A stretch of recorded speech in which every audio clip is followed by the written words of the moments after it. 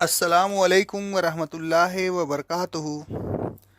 اعوذ باللہ السمیع العلیم من الشیطان الرجیم من حمزہ ونفخہ ونفثہ۔ سورہ بقرہ کی آیت نمبر 58 اور 59 میں اللہ رب العالمین فرماتا ہے، اور اے بنی اسرائیل،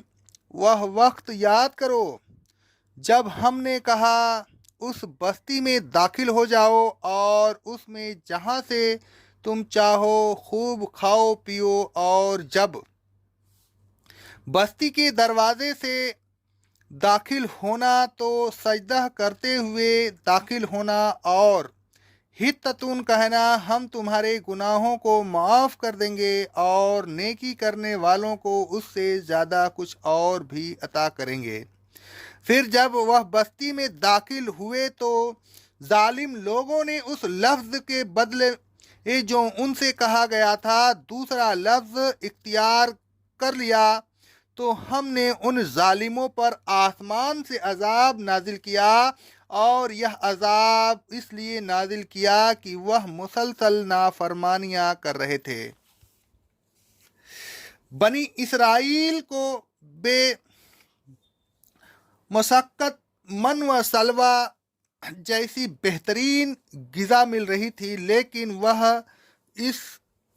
غذا پر صبر نہ کر سکے۔ کہنے لگے،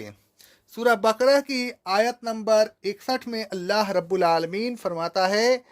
ہم ایک کھانے پر صبر نہیں کر سکتے، لہذا آپ ہمارے لیے اپنے رب سے دعا کیجئے کہ وہ ہمارے لیے وہ چیزیں پیدا کر دے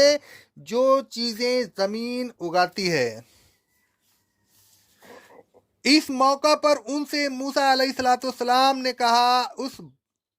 بستی کو فتح کر کے اس میں داخل ہو جاؤ،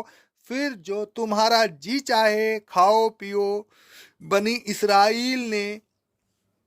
بزدلی کا ثبوت دیا اور لڑنے سے انکار کر دیا۔ کہنے لگے، سورہ مائدہ کی آیت نمبر 24 میں اللہ رب العالمین فرماتا ہے، اے موسیٰ آپ جائیں اور آپ کا رب آپ دونوں لڑیں، ہم تو یہیں بیٹھے ہیں۔ اس جواب پر اللہ تعالیٰ نے فرمایا سورہ مائدہ کی آیت نمبر 26 میں، وہ بستی اب ان پر 40 سال تک کے لیے روک دی گئی، اب یہ اسی بے آب و گیاہ زمین میں سرگرداں پھرتے رہیں گے۔ تو اے موسیٰ آپ ان فاسق لوگوں کے معاملہ میں کسی قسم کا رنج و افسوس نہ کریں۔ پھر 40 سال کے عرصہ کے بعد جب انہوں نے اس بستی کو فتح کر لیا تو انہوں نے پھر نافرمانی کی۔ ان سے کہا گیا تھا کہ اس بستی میں بطور شکرانہ کے سجدہ کرتے ہوئے داخل ہونا اور حتتن کہتے رہنا،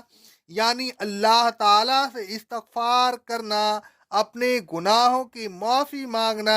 اللہ تعالیٰ تمہارے گناہوں کو معاف کر دے گا اور نیکی کرنے والوں کو اور بھی بہت سی نعمت عطا فرمائے گا۔ لیکن انہوں نے اللہ تعالیٰ کی شرعی نافرمانی کی بجائے سجدہ کرنے کے کلہوں کے بل داخل ہوئے اور بجائے حتتن کہنے کے حبتن فی الشعرتن کہنے لگے۔ رسول اللہ صلی اللہ علیہ وسلم فرماتے ہیں، صحیح بخاری اور صحیح مسلم کی حدیث ہے، بنی اسرائیل سے کہا گیا تھا کہ شہر کے دروازے میں سجدہ کرتے ہوئے داخل ہونا اور حتتن کہتے رہنا، لیکن انہوں نے اس لفظ کو بدل دیا اور کلہوں کے بل گھسیٹتے ہوئے داخل ہوئے اور حتتن کے بجائے حبتن فی الشعرتن یعنی بال میں دانہ کہنے لگے۔ زمین کی پیداوار یعنی غلہ دال وغیرہ کی خواہش میں وہ لوگ اپنے مستغرق تھے کہ ان کی زبان سے بھی اس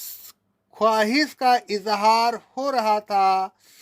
ان کی سرکشی کا یہ عالم تھا کہ جو کچھ کہا جاتا تھا بالکل اس کے برعکس کرتے تھے، گویا اللہ تعالیٰ کے احکام کا مذاق اڑاتے تھے۔ فَأَنزَلْنَا عَلَى الَّذِينَ ظَلَمُوا رِجْزًا،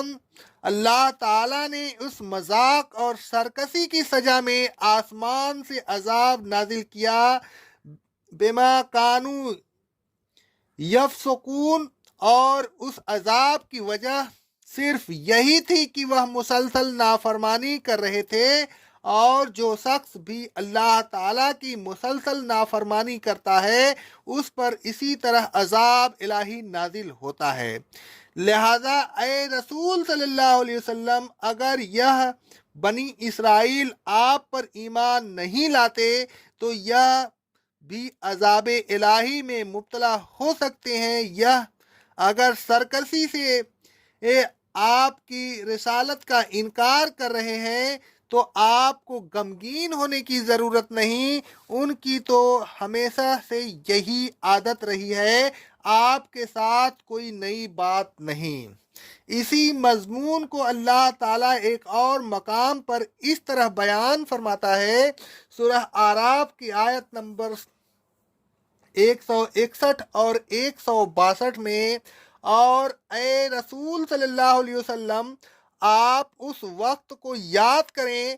جب ان سے کہا گیا تھا کہ اس شہر میں سکونت اختیار کرو اور اس میں جہاں سے تمہارا جی چاہے کھاؤ پیو، اور جب شہر کے دروازے میں داخل ہونا تو حطتن کہتے ہوئے اور سجدہ کرتے ہوئے داخل ہونا، اگر تم نے ایسا کیا تو ہم تمہارے گناہ معاف کر دیں گے اور نیکی کرنے والوں کو کچھ اور بھی دیں گے۔ لیکن ان میں سے جو ظالم و سرکش لوگ تھے، انہوں نے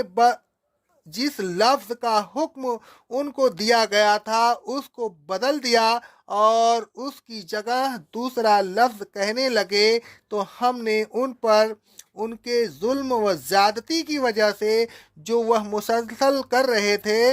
آسمان سے عذاب نازل کیا۔ اللہ تعالی ہمیں اور آپ سب کو اللہ کی نافرمانی سے محفوظ رکھے اور آپ صلی اللہ علیہ وسلم کے طریقے پہ چلنے کی توفیق عطا فرمائے۔ اقول قولی ھذا، استغفر اللہ استغفر اللہ استغفر اللہ۔